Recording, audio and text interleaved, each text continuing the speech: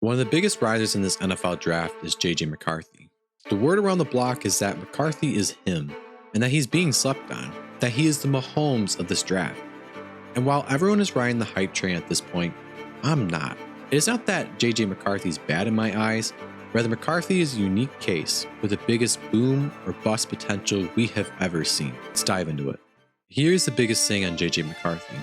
We do not know what he is as a QB, and that goes in a positive and negative manner. JJ McCarthy was on such a good and honestly NFL caliber team that was unstoppable. With Jim Harbaugh's great coaching, having an offense that was bulldozing teams left and right on the ground with the dual threat at running back, the need for McCarthy to throw the ball was just not there. It wasn't that he's incapable, but that they just didn't need him to. And with that defense being great, pretty much during the whole time JJ was there, opposing teams were not dropping a truckload of points on them. There was a couple games where McCarthy needed to throw, and from those games you're left thinking, man, this kid has a ton of potential and a lot developing to do. And the game that comes to mind is the TCU game, which is the perfect example of displaying what he possesses as a QB and at the same time showing his lack of experience and need for development. While I won't be breaking down film in this video, I do want to quick point out two key moments in JJ McCarthy's film against TCU. One being the terrible pick six he threw, and another being a great embodiment of what talent he has. Here's the pick six. This was a terrible decision by McCarthy. There is no valid excuse for this throw or decision. And this is something you'll see in his tape, not a ton of it, but you'll see the moments where he has those bad decisions when he's under a lot of pressure. On the flip side, when you look at the great throw he made, there was incredible anticipation and in my opinion, a big time throw by McCarthy. He places the ball perfectly, the right zip, the perfect time to sling into a window that's not there. Something Rodgers was known for. It's hard to decipher what he will be because there's just not enough evidence in the film room to say that he is either or. Especially the biggest problem with JJ McCarthy is that we have seen other quarterbacks be drafted very high because of the potential they have. For example, look at Trey Lance, Zach Wilson. These guys had a lot of potential and the traits they had were insanely good, but neither of them really demonstrated the full use and the ceiling of that talent. It was flashes on film, and it took teams drafting them with thinking they show moments of that talent so we can develop them to be elite. But with both these guys, they had a really good supporting cast around them, or they were in a conference that is not consistent of top talent or NFL caliber talent for that matter. In addition, they were not blowing the doors off teams when they had the opportunity to, even against weak defenses. So they only had flashes of how good they could be, which is okay if we're looking at these guys as a developmental second round or third round QB.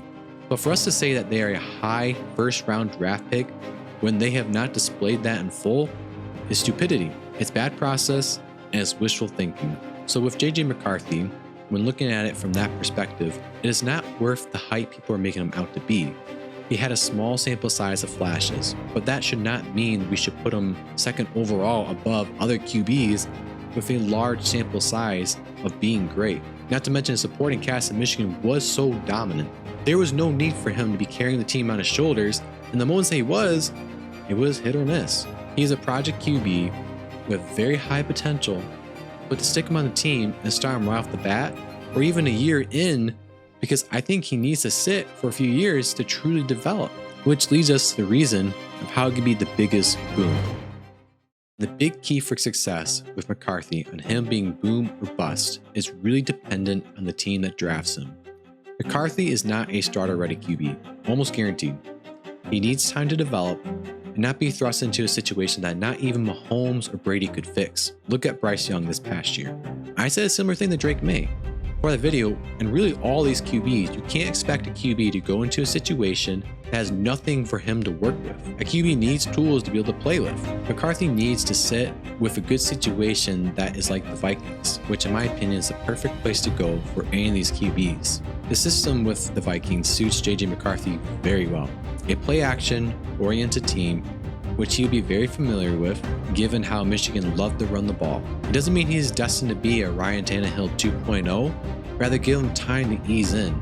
In a similar way that Jim Harbaugh did with him as the new QB at Michigan when he first went there. Over time, his role expanded, and gave him the proper time to get better and better each year, have more on his plate. So what about his actual performance? Well, this is where I really get worried about McCarthy, in that he was amazing against quite a few teams. They were not very good defenses. The teams I'm talking about are East Carolina, UNLV, Michigan State, and Purdue. These defenses were either below average or at the bottom defensive overall grading according to Pro Football Focus. Even looking at raw statistics, you will see very clearly these were bad teams, nonetheless bad defenses. And what's worse is that looking at the teams he struggled against, they were actually pretty good defenses, which I'm not talking about an okay game, but these games are the ones where McCarthy was honestly flat out bad. Simply looking at raw statistics too, again, you will see that it wasn't good or that it was amazing in his great games against rather terrible defenses. I generally like JJ McCarthy. I think there's something there with the talent. He needs a lot more development before he could actually be the high ceiling that he's talked about and having. But Jim Harbaugh speaks highly of JJ McCarthy. Whether Harbaugh says McCarthy is the best draft prospect in the draft, that's insanity to me. But McCarthy does have a lot going for him though. Knowing when you see guys like him who are at the top after winning or losing the game, it comes down to them, you see them spiral. And we have plenty of examples of guys that the fame got to them. And so, a key factor in a lot of prospects is how they hold themselves, how good of a leader they are, how they carry themselves. And JJ McCarthy's personality checks all the boxes. And it's not just the NFL media saying that, but reports from insiders and whispers that he's been killing it behind the door interviews. This says a lot. Granted, if they're generally true, but here's what we do know and how we know that's pretty much accurate. People have been saying McCarthy is an electric leader, deep thinker, passionate individual who is more mature than what his age will say. And that says a lot. Especially this has been the narrative in the past and it stayed consistent. And what I like a lot and what I reference back to with that TCU game, where he stayed out there after TCU won. And he stood there, watched them celebrate, knowing that that could have been them out there if he hadn't thrown a couple of pick sixes. And instead of sulking and having a bad attitude about it, he let it sink in, self-reflected, knew that he was going to be coming back strong the following year, and they did that exactly by winning the championship. He handled that really well. And looking to winning the championship this past year, he seems to be keeping it under control as well, not getting himself into trouble or letting it get to his head. He is humble. JJ's personality gives me a lot of Joe Burrow vibes, but with the catch being JJ McCarthy is the white swan and Joe Burrow is the black swan, if you're catching what I mean. But what about a guy whose ceiling, in my opinion, is the greatest out of the draft? A guy who has been getting way too much hate by analysts. Drake May is a victim of what happens every year when people get bored and need to shake things up. This video here, I will go over how every draft analyst is wrong on him.